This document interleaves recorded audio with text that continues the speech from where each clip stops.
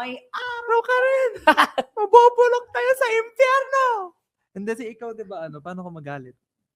Hindi mo na, Tahimik lang din yan si Kuya Finn. hindi siya nagagalit. Actually, paano ba? Wala, tahimik lang.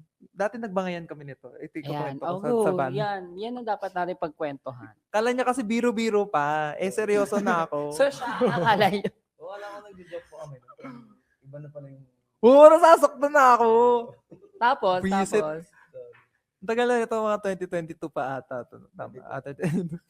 Nasa van kami, dalawa kami nasa likod. Ang ingay-ingay niya, parang ang kulit-kulit niya, ganyan-ganyan.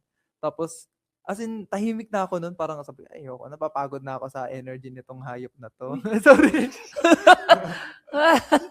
May kinakabibib. Ay, di mo lang nabibig. Hindi, naka-live tayo. Naka-live ka. Naka-live tayo. Tapos sabi ko talaga, ano pa siya ng Akala mo edit to. biro Nasa pa siya ng TikTok na biro. mamaya. Biro pa siya ng biro sa akin talaga. Tapos sabi ko, hindi ka tatahimik. Gano'n, diba?